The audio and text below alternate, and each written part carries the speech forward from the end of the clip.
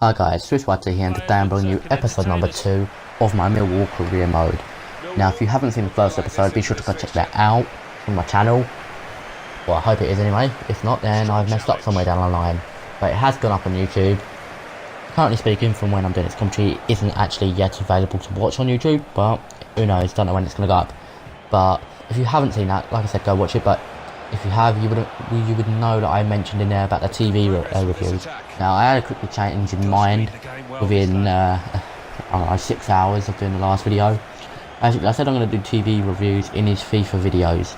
I'm not going to do that for a while just yet, because I don't think it's.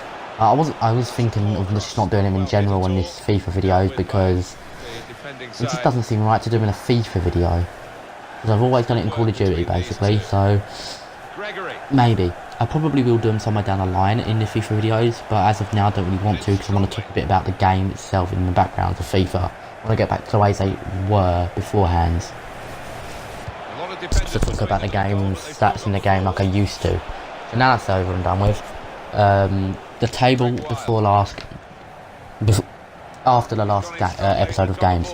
So you would know in the first episode we did play the matches in the group stage of the European International Cup pre-season tournament. We played against Plock. We actually drew that 0-0. We then played against Heracles. We ended up losing that 1-0. So we only had 1 point and -1 goal difference going into game number 3, which was against the team we're playing now, which is called Helsingborgs. So before we get into the actual game itself, let me get into the table. At the top of the table, our group table anyway, Heracles, the game we played second, we lost to them 1-0. They had 6 points with 3 goal difference. Helsingborg, fucking hell, my writing's bad. The team we're currently playing was second with 3 points and 0 goal difference. So only had 2 points above us, which is good news. Because that means if we beat them, we should technically win. Not win the group, but win second place over them. And over the fourth place, which also had 1 point, which is Plock, who is the team we drew against, but they had 2 goal difference. So they obviously lost 1-0 as well to her team. Or no, they must have lost 2-0 actually to Heracles. So yeah, basically, my mindset was we need to win by a couple of goals against I can't even say their name for some reason, Helsingborg, and I needed Plock and Heracles to at least Heracles to win. I just needed that to happen. I'm not sure. Like, obviously I do know now, sorry, this commentary's been dysfunctional, for some reason I'm out of it. But anyway, get into the team news of this game. I'll tell you the team we have actually got on the first starting 11 anyway. In goal we had King. We would have had this new signing of Donnarumma, Gianluigi Donnarumma, but we didn't, because Tom King really wanted to play, so I was like, do you know what, fuck it, it's pre-season, let's let him have a go. So I lobbed him in.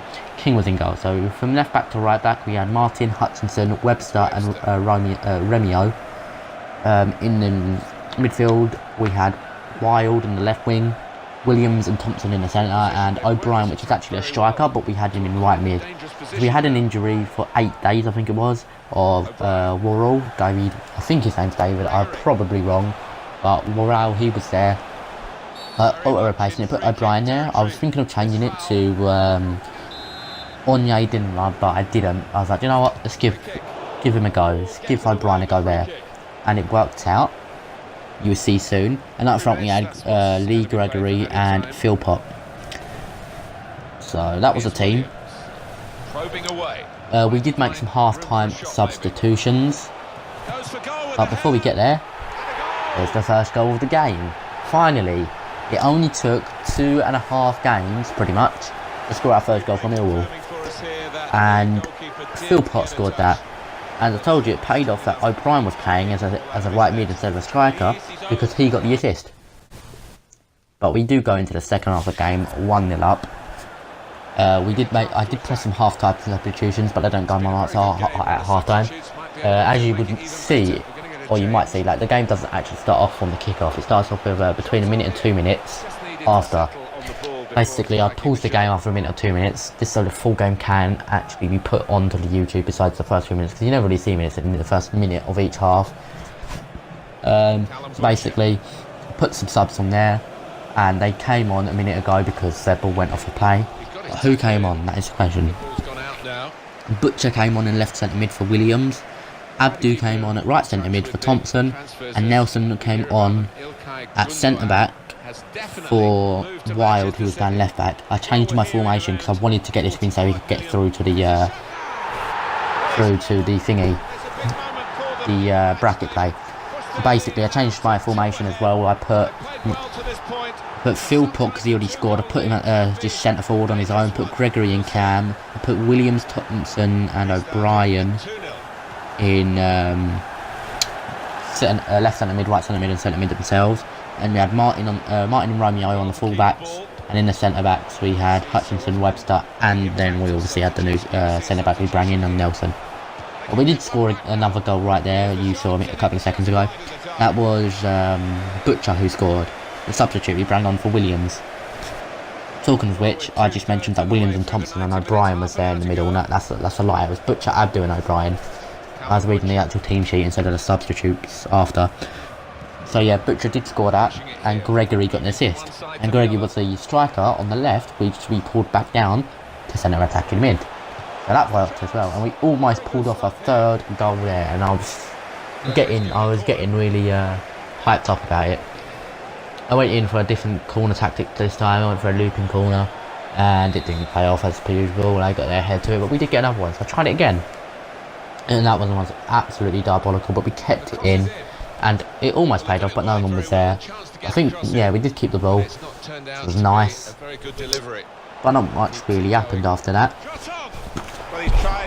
I don't even know what the score was anymore. I didn't write it down. I think I know the ending score. I definitely remember the second game, because the second game was really good. It was a nice one. Sorry. Like I said in the first episode, I am still slightly ill. I'm still getting over the winter cold. Here we got through again with whoever it was. I thought, come on, it's got to be a goal. I think it was Phil Pot who got through. I was like, it has to be another goal, please. And it didn't pay off, which is a shame. It would have been nice to go 3-0 up. But you can't always go, or you can't always get the easy goals for some reason. It's a bit mental, really. But yeah, the second game of this episode is the group stage, not the group stage, sorry, it is the qualified teams in the semi-finals. There we go, that's what I was looking for. But they did almost bring one back there, which was terrifying. I really didn't want to concede. We played it short here, nice turn. No one was making space, I just had to cut back. So that was just annoying. I think we lost the ball here, yeah. But I almost got it back as well. If you're wondering, by the way, if you are going to be watching many games of the series, the videos will be about the same length of today's video, because each half is 4 minutes at minimum, and that's obviously other times as well. So it's going to be that's just 4 minutes. Obviously you've got a foul in the game as well, but they did pull a goal back there. I don't know who scored it because I don't write down there the scores, but the games are always going to be around about this length. Obviously the first episode was 21 minutes, but that was because of the 3 minutes of the setting it up the career did go. But as long as my FIFA ability isn't as bad as my English, I think I'd get somewhere in the games. But they pulled one goal back to make it 2-1 to us, so I was quite annoyed here. I was like, oh, what do I do? No, come on, I can't. I think I put straight away. I think I put it on park the bus. I generally put it on park the bus because I didn't want to lose or draw, because I knew I wouldn't have got through otherwise. And they almost scored there. I was actually gonna cry. I wasn't. I would have just been pissed off. But there was the full-time whistle. We won the game 2-1. Beautiful. About time we got the win. So we won that one 2-1, which means we're going to the semi-final game, which is obviously Millwall, which is us, a team called N.E.C. I don't know what it stands for. I didn't take the time to look. All I know what it just abbreviated, whatever it's called, to NEC. So the team we're playing is NEC. It's just the semi-finals. Team news right here. In goal we did have Donnarumma. He returned to the lineup because Tom King didn't want another game. I'll get into that goal in a minute. But before We do that. Let's just continue with the team news. In the defence from left to right, we had Martin again, Hutchinson and Webster both in the centre backs, and instead of Remio this time we had Cummings. In the central midfields and the wingers we had Ferguson and Worrell on the wings, which obviously replaced Wild and O'Brien because Worrell was back. Williams and Thompson kept their centre mid positions, and up front we had Gregory and O'Brien, who obviously replaced Philpott, because O'Brien impressed me that game, so I thought, yeah, it's not, slob him on. The goal, Williams scored that, which was my left centre mid. Thompson got the assist, so my right centre mid got the assist, and my word, what a finish it was. He side-footed it into the top corner. It was fantastic. He did make some good movements here, just messing around with it, and then we lost the ball. I was like, fuck. But they did clear it, so I thought, yeah, we could surely get it back. We did, but we gave it the possession straight away from a header, so not the best. One up really early on though was like, yes, I was relieved. I was actually relieved that I went up 1-0 very early on. I was like, yes, come on, I'm going to get to the final. I'm actually going to get some money, which helps. Talking of the money, by the way, for winning that for getting out of the group stage anyway, I got 467,500 prize fund, which helps to the financial side of things, because in FIFA 17 career mode they added certain targets by the board to do, which is a really good addition, to be honest. I think one of the one of the things they wanted me to do is get a profit of either 8.5 or 9.5 million pounds for the club, which will obviously mean winning some things to get some money. So this was a good start. An extra 400k, I think that put me just in the expenses. That was a shit corner, by the way. I was only just in the expense instead of slightly in the profit, which it was either that or I was just in the profit, which was nice. But either way, we was very close. See, we have made some signings, but they haven't all been paid for. Like, I don't think we've actually signed someone for money just yet. We will be soon, though. I can tell you that now, and I'll get into that nearly in the second half, because certain things happened which wasn't the best. So basically, the signings we have made, we made that centre mid signing, which hasn't played for a few games, which I'm going to lob him in soon, and probably partner him up with Oni Dienma, because he did really well.